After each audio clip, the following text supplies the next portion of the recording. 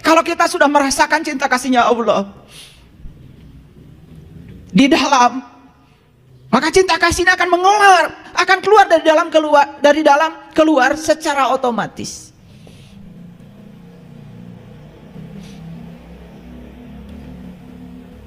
Saya dari rumah sampai ke sini, mohon maaf, gak pernah saya di jalan itu yang ayo pak, ngasih 1.000, 2.000, 10.000, 5.000, karena saya menyiapkannya itu. Kalau saya memantaskan diri, saya juga dipantaskan oleh semesta. Ini ngasih orang receh, yang receh itu oleh kita pun sudah tidak dipakai, nggak laku dikasih orang. Apa kabar? Sedangkan di Quran Allah mengatakan tidak disebut kebaikan kalau kamu belum bisa memberikan yang kamu cintai. 10.000 masih kita butuhkan, 5.000 masih kita butuh, tapi 1.000 kita pun sudah tidak butuh dan kita kasih kepada mereka. Dan kita mengatakan kita dermawan di sisi itu. Jadi bagaimana kita mau dipantaskan semesta kalau kita tidak memantaskan diri kita sendiri? Banyak ya saksinya kalau murid saya ikut mobil saya. Wah, itu diuangnya 10 ribuan, 5 ribuan. Buat apa ya? Buat itu, Pak Oga yang di jalan. Kan kalau 10.000 masih mending dapat nasi padang toh. 1.000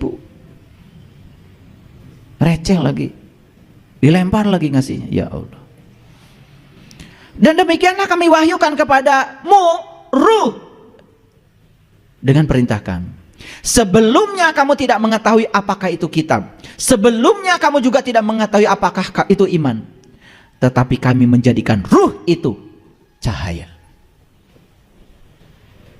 Nih saya jelaskan secara ilmiah ya, supaya sebelum membantah itu ya dengar dulu, dia dapat hidayah.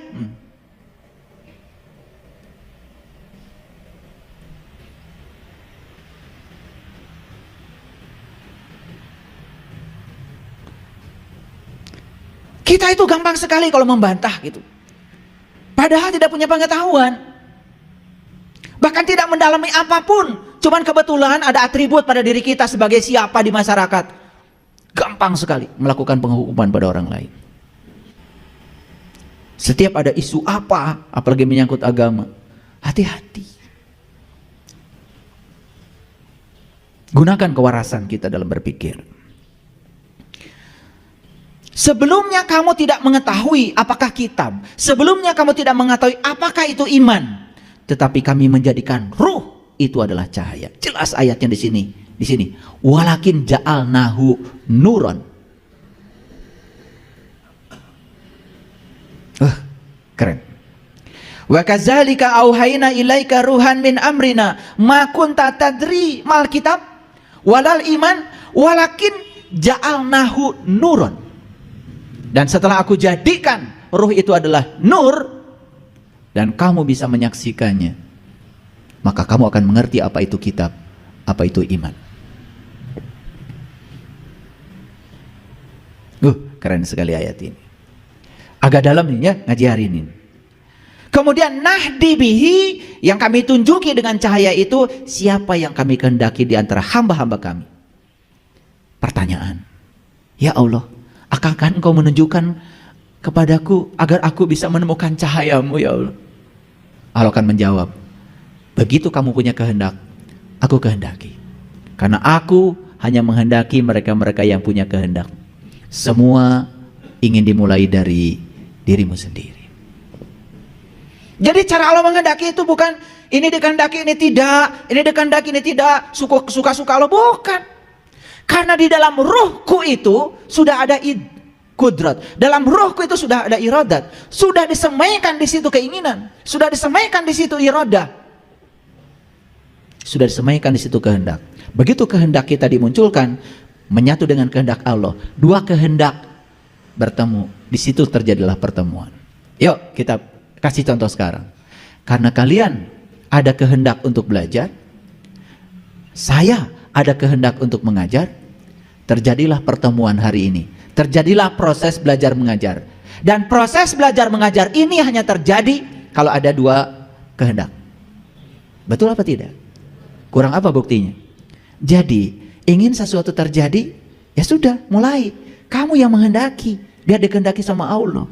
Makanya Allah bilang di Quran, man kana yarju liqa rabbih, man kana yarju liqa Allah, fa inna ajalallahu laj. Barang siapa yang berharap, berkehendak, berkeinginan jumpa dengan Allah, maka waktu yang dijanjikan itu pasti datang. Kepada siapa? Kepada yang berkehendak. Itu aja kok sederhana, tidak ada syarat yang lain. Kalau ada yang bilang, wah syarat jumpa dengan Allah tuh harus ini harus itu, itu belum jumpa dia. Banyak syarat. Yang Quran juga syaratnya cuma satu kok. Barang siapa yang berharap, pasti waktunya datang. Yang tidak berharap, ya sudah, nggak datang-datang, gitu aja kok. Ada yang telepon tadi pagi sama saya, ayah saya rindu sama ayah. Sebetulnya saya hari ini pengen ke masjid. Bullshit loh. Kalau rindu sama saya dan pengen ke masjid, ya pasti kamu tuh sudah ada di sini. Ngomong sama saya basa-basi begitu.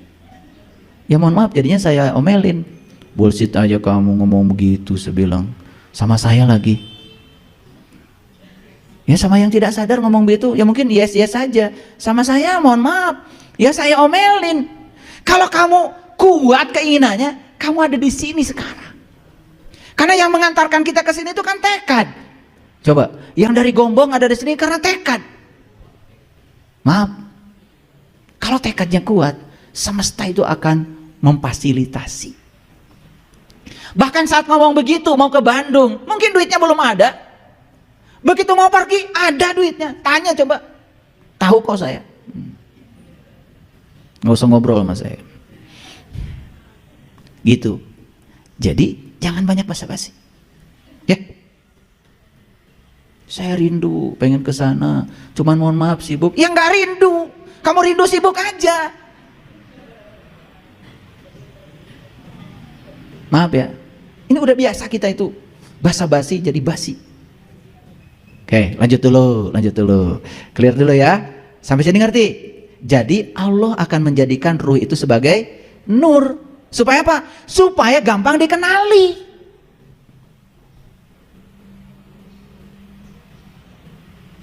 Makanya di Quran surat An-Nur ayat 35 Allah cerita Allahu nurun, kan gitu. Allahu nurus samawati wal ard, kan gitu. Nih ada orang pesantren. Allah yang bilang begitu, bukan saya. Allahu nurus samawati wal ard, masalu nurihi kamishkatin fiha misbah, al misbahu fi jujaja, ajujajatu ka'annaha kaukab. Kalau sudah mengalami ayat itu, tidak ada kata-kata lagi. Yang ada cuma pengalaman, yang ada cuma hangat-hangat air mata. Karena ayat itu sudah jadi pengalaman, bukan kata-kata lagi. Maka di akhir dari ayat itu Allah mengatakan apa? Yahdillahu linurihi mayyasha. Dan aku menunjukkan kepada cahayaku siapa yang aku kehendaki. Terima kasih ya Allah, aku telah dikehendaki olehmu sehingga aku bisa sampai pada cahayamu. Sekecil apapun cahaya yang hadir dalam kegelapan batinku ya Allah, sangat berarti dalam kegelapan batinku. Gitu nggak ngajinya? Lanjut dulu, santai dulu, tarik nafas dulu dalam-dalam.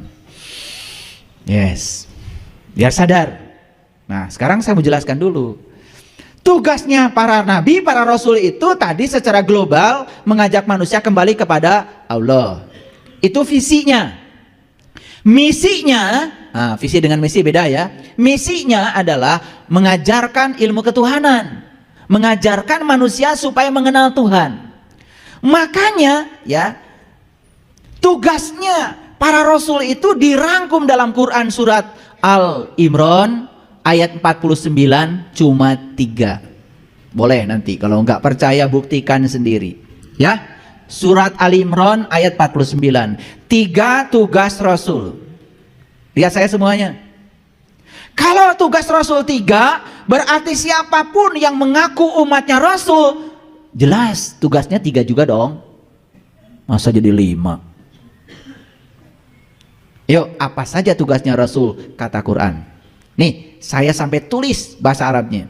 Yang pertama tugasnya Rasul itu adalah wa ubriul akmaha, membebaskan penyakit buta dengan seizin Allah. Wa ubriul akmaha biiznillah. Buta apa? Nah, ada sekelompok manusia yang berteriak kepada Allah. Itu diabadikan dalam Quran. Ya Allah Tuhanku, kenapa engkau himpunkan aku dalam keadaan buta? Apa jawaban Allah? Fa innaha la ta'mal absyar walakin ta'mal qulubul lati fis sudur. Yang buta bukan matamu yang itu, tapi yang buta adalah mata kesadaran. Jadi tugas utama Rasul yang pertama adalah membebaskan penyakit buta, tentu dengan seizin Allah. Karena di Quran itu semuanya begitu. Ya biiznillah, biiznillah, biiznillah, dengan seizin Allah. Tidak sendiri. Itu sebabnya Rasul itu syafaatnya itu diberikan oleh Allah. Makanya Allah bilang di Quran, kullillahi syafa'atu jami'ah. Katakanlah, hai Rasul, syafaat itu jami'ah, semua kepunyaan Allah. Jadi apa wujudnya syafaat? Kalau kita mendapati ilmu Allah lewat Rasul, dan kemudian kita bisa sampai kepada Allah, ketemu ilmunya hari ini, itu yang disebut dengan syafaat. Syafaat bukan nanti, syafaat itu di sini, saat ini, sekarang. Lanjut. Apa tugas utama Rasul yang pertama? Membebaskan penyakit buta dengan seizin Allah.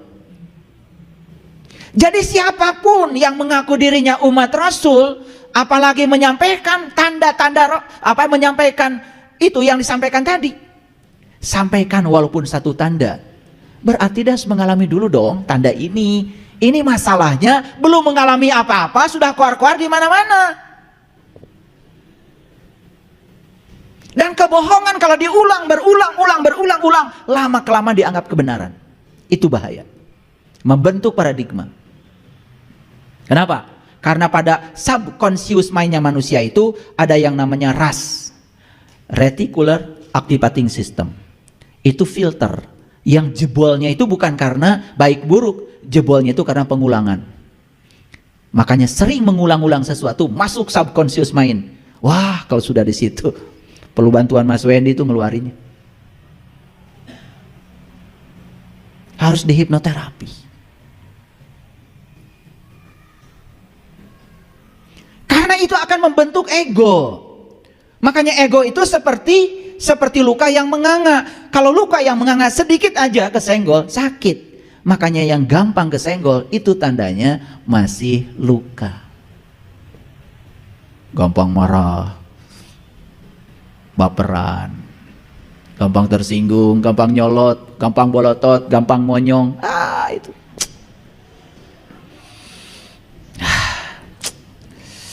menakutkan. Saya lihat yang kayak gitu takut, kayak uka-uka.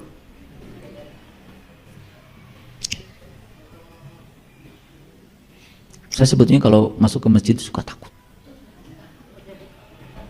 banyak uka-uka. Oh, di sini mah enggak beda maksudnya. Yang kedua, tugasnya Rasul itu membebaskan penyakit kulit dengan seizin Allah. Wal abroso. Tahu penyakit kulit? Penyakit kulit itu bukan panu, bukan kurap, bukan kudis. Penyakit kulit itu adalah ngerti sesuatu cuma kulitnya saja. Itu penyakit, karena penyakit kulit itu menular. Coba saya tanya, kalian ngerti diri dalamnya apa luarnya? Jawab dong. Penyakit kulit. Ngerti Quran hakikatnya, syariatnya? Syariat juga enggak. Bohong. Saya bilang, apa enggak Quran 30 juz? Dari kecil juga udah hafal ayah. Kalau Quran tuh 30 juz katanya. Pinter. Jadi penyakit itu penyakit luar, ngerti sesuatu cuma luarnya saja. Yang ketiga, menghidupkan orang mati dengan seizin Allah. Mati yang mana? Kalau orang udah mati dihidupkan lagi oleh Rasul, Rasul sedang melawan Allah. Rasul macam apa model kayak gini? Bukan itu. Orang dalam hidup ini sudah mati, kelihatan sibuk padahal mati kesadarannya. Orang yang kayak gini, kata Nabi Muhammad, harus dihidupkan, harus dibangkitkan, harus dikiamatkan. Makanya tanda kiamat itu satu, akan datang Dajjal. Tahu Dajjal? Saya tiap hari ketemu dia. Tiap hari, ya Allah. Di sini pun ada. Dajjal tuh si mata satu. Bukan matanya satu begini, bukan. Di Quran dikatakan, aku berikan kepadamu dua penglihatan. Satu penglihatan lahir, satu penglihatan batin. Kalau kalian mau bebas dari penyakit Dajjal, buka mata kolbu. Kalau hari ini melihat baru dengan mata lahir, itulah Dajjal. Ngapain ditunggu-tunggu? Gimana sih kalian ngaji? Mau aja dibohong-bohongi. Oh Dajjal nanti katanya di sana di gunung mana? Ya Allah, itu Dajjal pabalatak.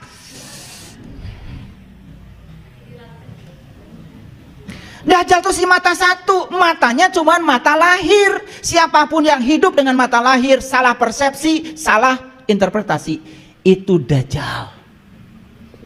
Paham sampai sini? Ada Dajjal nggak di ruangan ini? Maaf ya, maaf. Kalau saya nggak nanya gini kayaknya kurang tegas itu. Nah, ketika kita sadar bahwa kita ini si mata satu, Dajjal, oh, saya selama ini pantesan salah persepsi, salah interpretasi. Karena saya matanya cuma satu, saya melihat dengan mata lahir, maka saya melihat hanya kulitnya saja. Oh, ternyata Dajjal tuh nggak jauh-jauh nyarinya. Tiap hari dimandiin, disabunin, dilipstikin. Ketawa tuh Dajjal. Makanya Dajjal ini harus cari Imam Mahdi. Imam Mahdi, pemimpin yang bisa menunjukkan. Pengen jiwit saya teh kalian tuh. Cari Imam Mahdi, pemimpin yang bisa menunjukkan.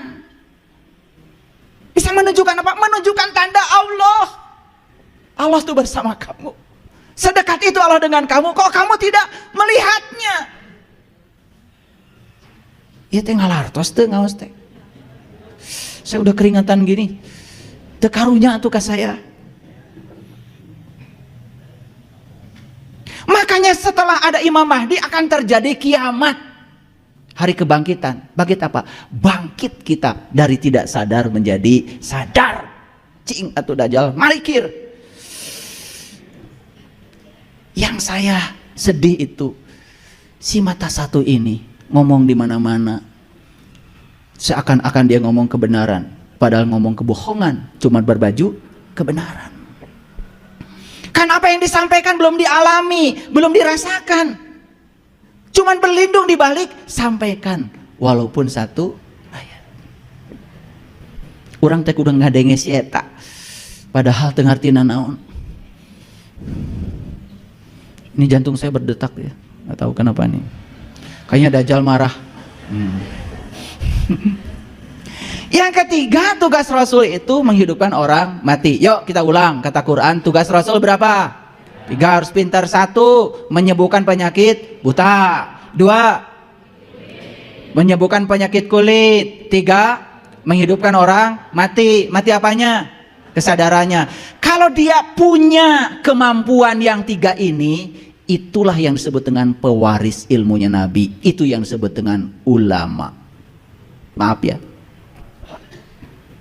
saya harus bicara ini karena ini kebenaran, ini Quran. Karena terlalu banyak orang yang mengaku-ngaku. Asal sudah bisa Iqra 1 sampai 3, udah bikin pondok pesantren. Lanjut. Oke, yuk lihat saya semua. Jadi tanda Allah yang paling besar itu apa tadi? Ruhku pada diri. Wujud ruh itu apa kata Allah? Aku ubah menjadi nur supaya gampang dikenali. Maka semua nabi, semua rasul, perjalanan spiritualnya pasti mengawalinya dengan nur. Nabi Ibrahim bertemu bintang, bertemu bulan, nur bukan? Nur. Nabi Muhammad juga diabadikan dalam Quran surat An-Najm. Najm itu bintang, nur bukan? Sunan Kalijaga pun memanjat pohon belimbing. Tahu belimbing? Apa? Bintang. Ler eler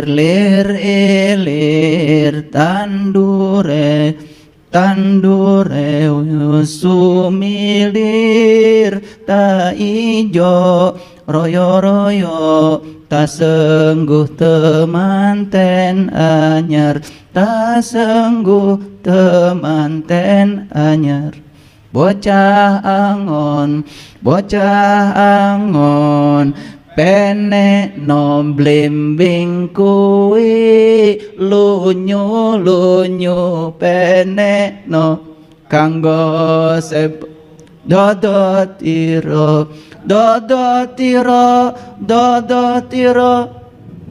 ting gahing pinggir dondomono jrumatono kanggo sebo mengko sore, kanggo sebo mengko sore, mumpung rembulane, mumpung kalangane ya surahos ora iyo, mumpung Padang, mumpung Jembar kalangane, mumpung kalian hidup, panjat sekarang.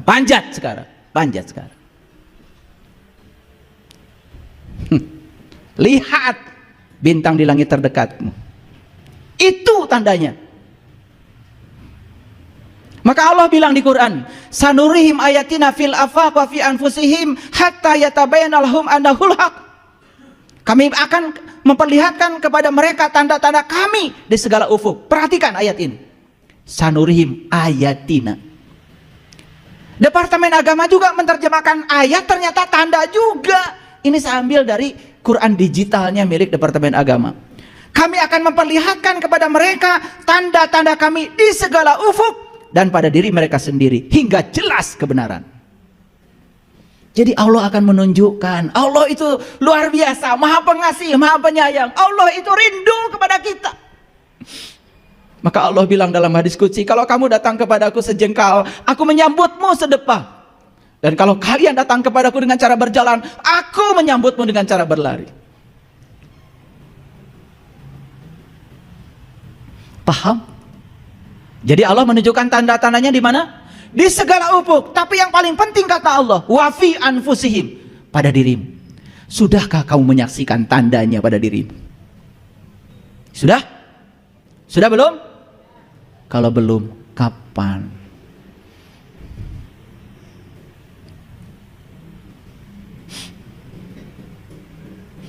Kita lanjut lagi. Dalam Quran surat Ali Imran ayat 190 Allah mengatakan, inna fi khalqis samawati wal ar wa ikhtilafil laili wan nahar la ayati. Ada ayat lagi. La ayati liulil albab. Lihat terjemahannya. Sesungguhnya dalam penciptaan langit dan bumi dan silih bergantinya malam dan siang terdapat tanda. Bagi siapa? Ulil albab. Ternyata tanda itu hanya miliknya ulil albab. Yang bukan ulil albab tidak akan pernah melihat tanda itu. Saya tanya sekarang, kalian ulil albab bukan? Ulil albab bukan? Ulil albab bukan? Iya. Ntar ditanya samanya ulil albab apa, bingung. Ulil albab itu ada definisinya. Lihat Quran. Alladzina yazkurunallaha qiyaman wa qu'udan wa ala junubihim. Ulil albab itu adalah orang yang sudah berhasil mengingat Allah dalam keadaan berdiri, duduk dan berbaring. Pertanyaan saya, apakah kita sudah berhasil mengingat Allah? Sudah? Sudah tahu Allah? Bagaimana kita bisa mengingatnya? Tahu saja belum. Makanya perintah mengingat Allah di Quran semua diawali dengan perintah haji. Coba lihat perintah haji. Fa iza afadtum min Arafah fazkurullah. Fa idza qadaitum manasikakum fazkurullah. Semua perintah mengingat Allah diawali dengan haji. Kalau begitu, ingat dulu, ketemu dulu. Ketemu dulu dong. Bagaimana bisa ingat belum ketemu? Ya Allah, aku sangat mencintaimu. Bullshit kata Allah. Ketemu aja belum. Kan ada dalilnya itu di Jawa Timur. Tanya tuh sama Mas Charlie. Apa dalilnya tuh, Mas?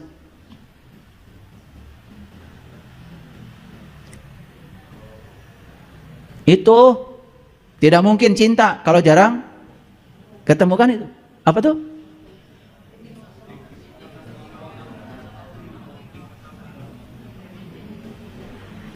Witing tresno jalaran soko kulino. Jadi munculnya tresno itu karena jalaran soko kulino di tempat kuliner.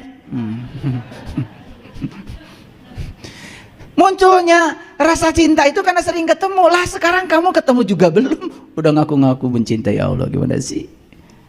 Maaf ya. Akhirnya pengakuan kita tuh cuma di mulut saja. Prakteknya enggak. Sama kamu dengan yang lain. Tersinggungan, baperan, gampang marah.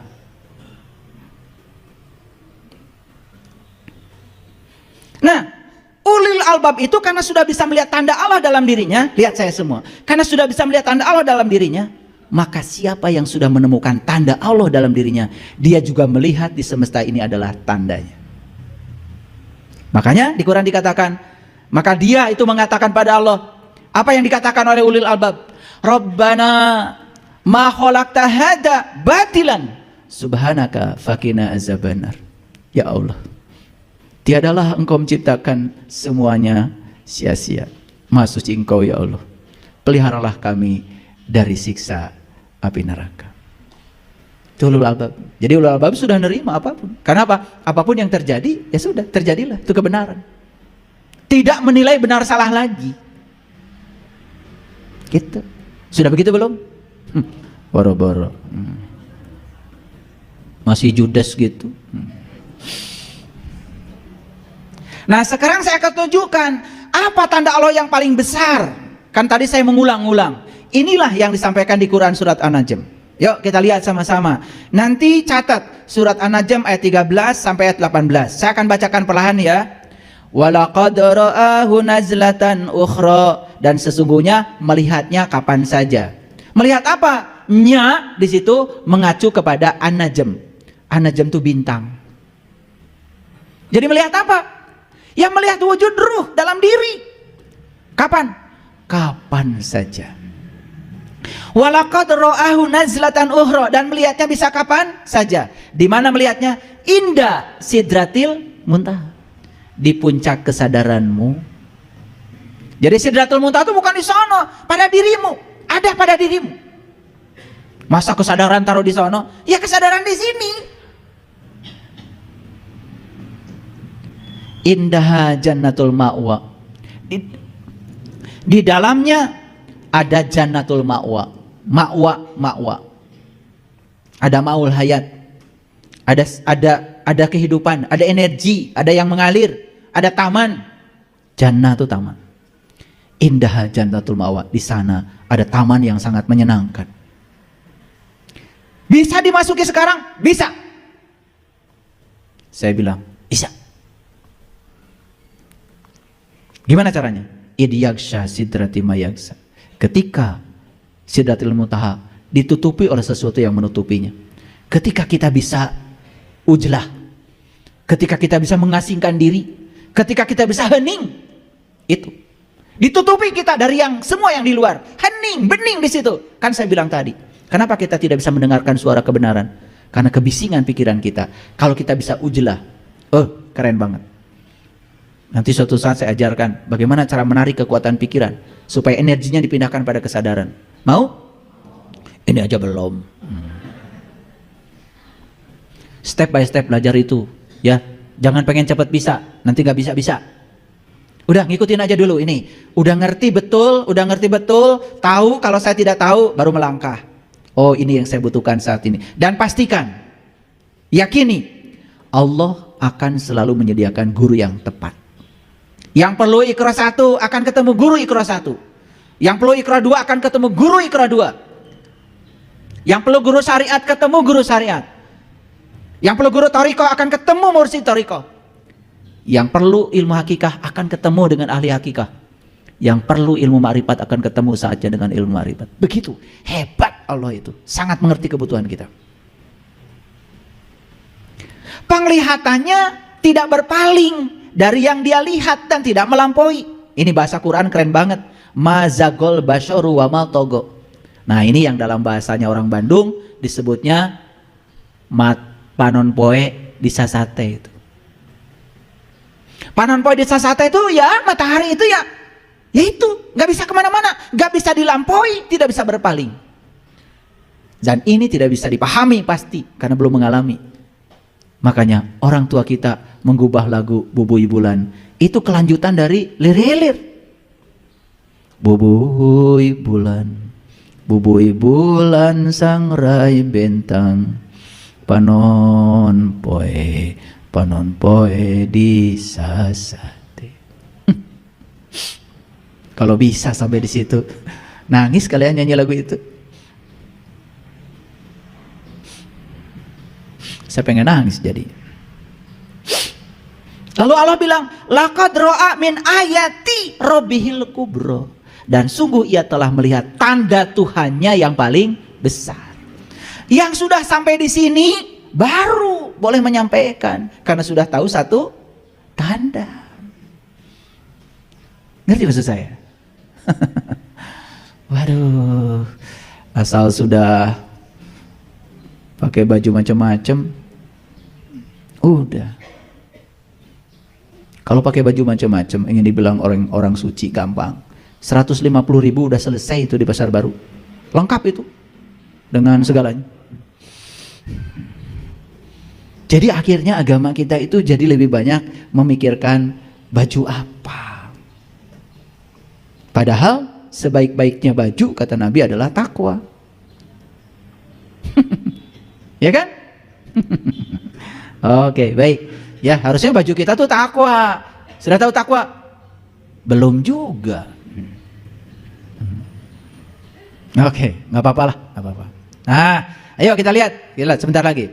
Jadi ada ayat yang tertulis, ada yang tidak tertulis. Ayat yang tertulis, contohnya Al-Quran. Jadi Al-Quran itu adalah tanda-tanda, isinya itu tanda-tanda.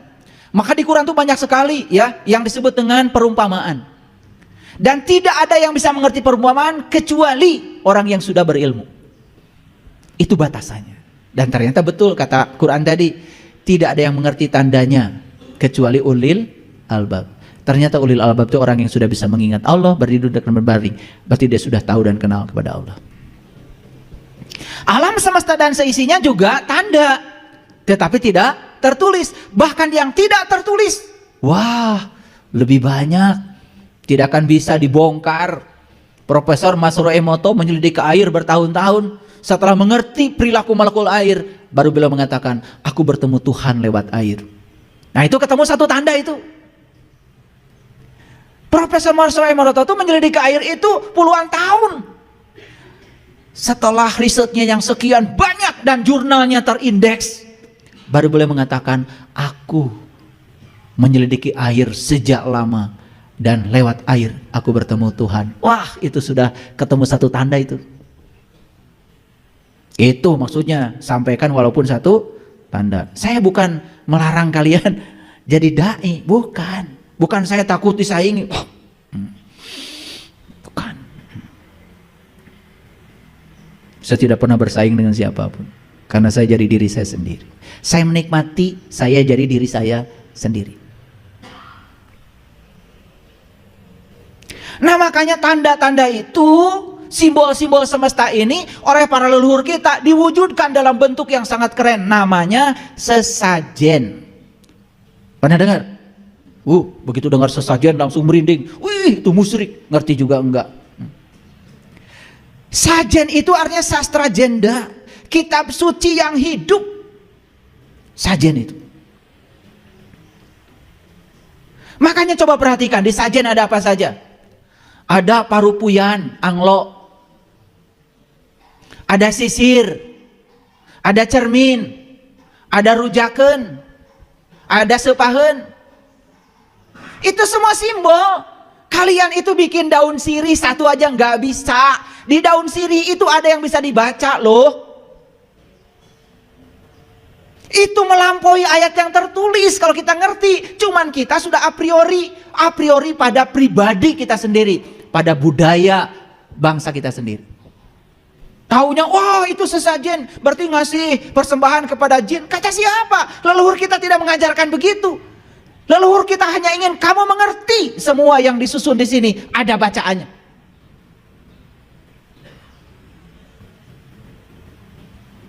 Saya akan jelaskan sedikit. Ada parupuyan. Parupuyan itu anglo. Anglo itu apa? Anglo itu tempat pembakaran yang terbuat dari tanah liat, bukan? Untuk bisa terjadinya begitu, diapakan dulu? Tanah itu dikasih air. Betul?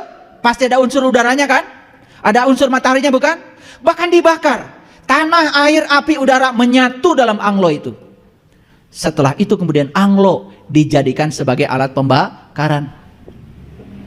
Jadi anglo itu apa sebetulnya? Anglo itu melambangkan tubuh kita. Ini tubuh kita, ini anglo. Anglo.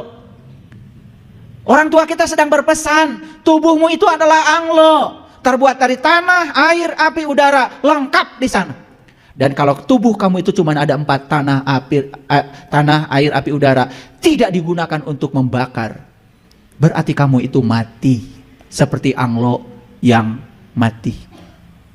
Maka dibakarlah di sana apa? Sesuatu dibakar. Apa artinya? Kobarkan api. Sadari bahwa dalam dirimu itu ada yang hidup. Siapa? Ruhku, tanda Allah pada dirimu. Jadi anglo itu melambangkan diri kita. Ya Allah, kemana wae? Rujaken, apa rujaken? Di situ tuh ada yang kesat. Betul? Cau mangala. Ada kedong-dong, hasem. Ada yang manis, gula. Ada yang asin, garam. Ada yang hasem, macam-macam.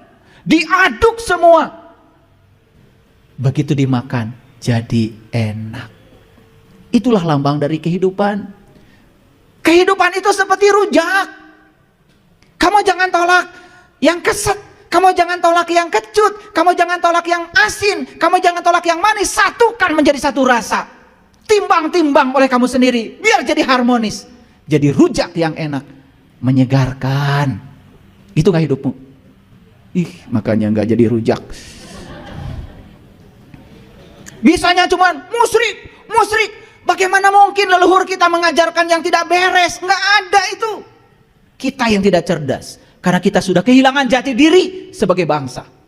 Kita lebih suka budaya bangsa lain daripada menghormati dan menghargai leluhur kita sendiri. Ngerti gente? Nyalahkan batur. Banyak yang menyepelekan kata-kata rahayu. Pada rahayu itu kata agung miliknya leluhur kita. Banyak yang menyepelekan sampurasun. Pada sampurasun tarja sampurna ingsun. Itu doa.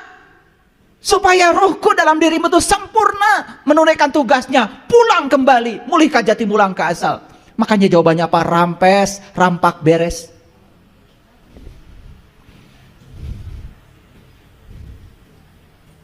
Makanya dalam sesajen ada air putih. Air putih itu lambang kehidupan. Air putih itu lambang kesucian, lambang kemurnian. Ingat bahwa kamu adalah makhluk cahaya. Dulu kamu tuh suci dan kamu kotori air putih itu dengan perilakumu sendiri. Kamu harus kembali menjadi air putih. Dan banyak sekali fungsi air, kalau saya uraikan tidak akan cukup. Ada apa? Teh pahit. Teh pahit. Apa teh? Lihat teh. Di mana teh itu tumbuh? Di tempat yang dataran tinggi, yang dingin, banyak kabut, ditempa oleh sinar matahari. Diambil pucuknya. Setelah itu apa? Dijemur. Di apa lagi? Ada yang disangrai. Apa lagi? Banyak proses yang terlibat di situ. Ujung-ujungnya teh itu diseduh pakai air panas. Dan air yang asalnya putih kemudian berubah warna. Gak apa-apa berubah warna kalau enak. Senang minum teh. Sore-sore minum teh. Pakai bubui sampai pakai gula merah. Enak sekali. Semuanya itu adalah simbol. Semua itu pelajaran. Ada teh manis, ada teh pahit. Itulah kehidupan. Begitu. Kita akan ditempa dalam kehidupan. Dijemur, dipanaskan, diseduh. Yang kuat, yang kuat. Orang tua kita sedang bicara kepada kita. Seperti itu loh kehidupan. Ada kopi. Kopi manis, kopi pahit, apa tuh kopi? Lihat kopi, di mana mereka tumbuh. Kopi itu tidak pernah satu kebun sendiri kopi, mati semua. Kopi itu senangnya bergaul dengan pohon-pohon yang lain. Makanya kopi itu coba, ini pohon pisang buahnya kopi, ini pohon ini buahnya kopi. Karena kopi itu memang senangnya begitu, senang bergaul. Orang tua kita bilang bergaul, bergaul. Cicing wae maneh teh. Kupar jadinya. Mau bergaul pun tanya dulu keyakinan Anda apa, agama Anda apa. Mau ngasih salam pun tanya dulu. Ya ribet. Kalau mau mencintai orang lain, cintai saja. Mau menyayang, mau ngasih saja. Nggak usah tanya keyakinannya apa, sama apa tidak, sepisi apa tidak. Gimana sih? Itulah. Selama ini kita tuh bikin kotak. Makanya Nabi Muhammad tahu kalau Ka'bah itu kotak. Tetapi mengelilingi Ka'bah tidak boleh kotak, harus lingkaran. Karena kalau kotak, mual bisa mutar. Sok, nyeun ban, kotak. Rek indit ke mana maneh? Betul apa tidak? Makanya ban bulat kan? Iya, bulat nang tuh itu. Ya, bulat, lingkaran. Karena lingkaran itu bisa membawa kita kemanapun. Makanya lingkaran disebut mandala, kesempurnaan. Telur ayam kampung, jangan remehkan. Kulitnya melambangkan atmosfer. Putihnya melambangkan semua benda-benda yang ada di atmosfer. Dan kuningnya itu bagian terdalam dari semua benda-benda yang ada di sini. Itu sumber kehidupan. Di balik kulit ada putih, di balik putih ada kuningnya. Waduh, kalau digali itu dalamnya luar biasa. Ada beras. Beras itu sering disebut Dewi Sri. Saking pentingnya beras. Dari kecil kita makan beras, bukan? Sadar nggak kalau tubuh kita ini isinya beras? Tubuh kita ini sekarang adalah hasil akhir dari apa yang kita makan. Dan yang paling banyak yang kita makan kan beras, bukan? Bukankah itu yang sekarang ada di sini? Jadi darah, jadi daging, jadi apa? Jangan menganggap beras itu mati. Hidup. Pisang manggala. Mang itu asal kehidupan. Gala itu agung. Pisang manggala itu menceritakan tentang asal kehidupan yang maha agung. Pisang emas. Emas itu lambang dari kemuliaan. Tinggi nilainya, tinggi derajatnya, lembut, semua itu cerita. Pelita, pelita. Dulu pelita itu minyaknya itu terbuat dari minyak kelapa. Kelapa itu kalapa, kala itu artinya waktu, pa itu ruang. Kalapa itu ruang dan waktu. Makanya kalapa luarnya, batoknya itu syariatnya. Kelapanya itu adalah torikatnya, jalannya. Minyaknya disebut hakikatnya. Makanya kalau belajar syariat, belajar torikat, harus sampai pada hakikatnya.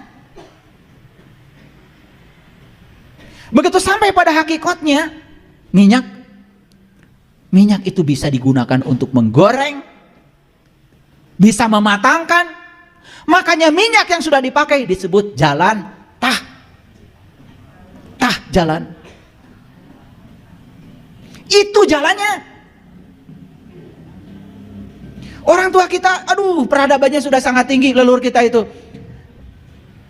Begitu minyak sudah difungsikan, sudah dipakai apa-apa, baru jalan tah.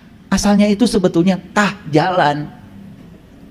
Tah itu orang Sunda itu tah, menunjukkan ini loh jalannya. Jadi kalau kamu ingin selamat, temukan jalan itu.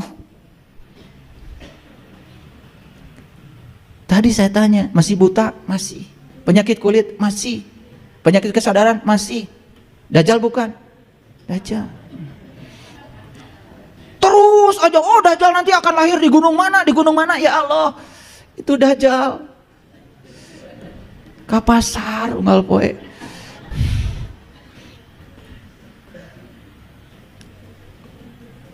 Dajjal suka sholat nggak?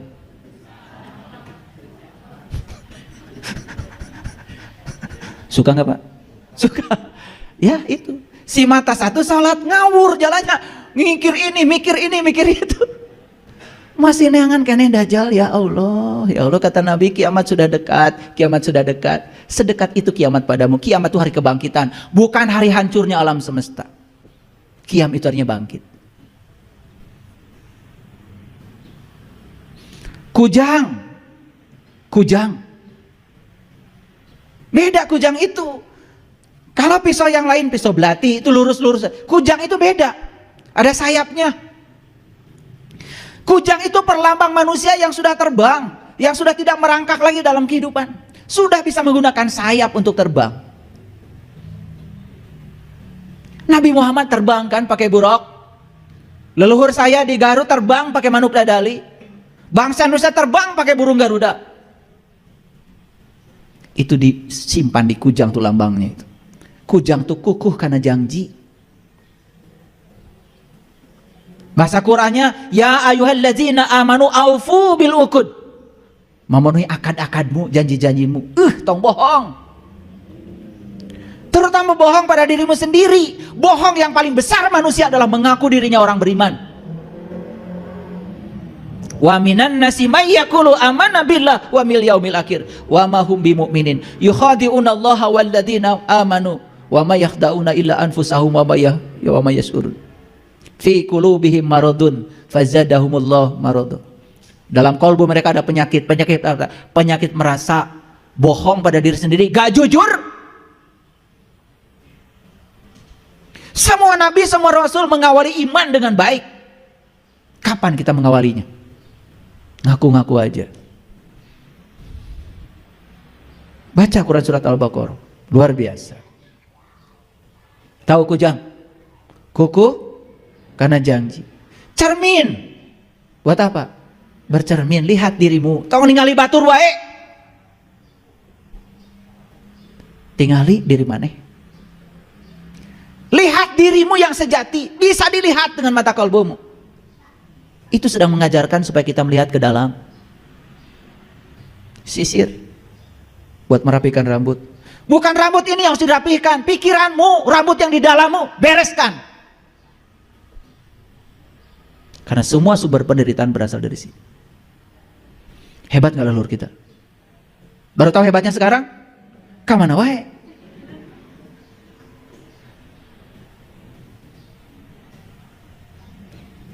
Sinjang tuh kain. Dulu untuk sesajen tidak sembarang loh sinjangnya. Yang dibolehkan itu hanya sinjang batik, batiknya pun Garuda. Sinjang itu kain itu lambang dari busana. Maka kita harus berbusana yang baik. Ikuti cara leluhur kita berbusana. Jadi bangsa kita, jadi diri kita sendiri. Kita berbusana pun ngikutin bangsa lain.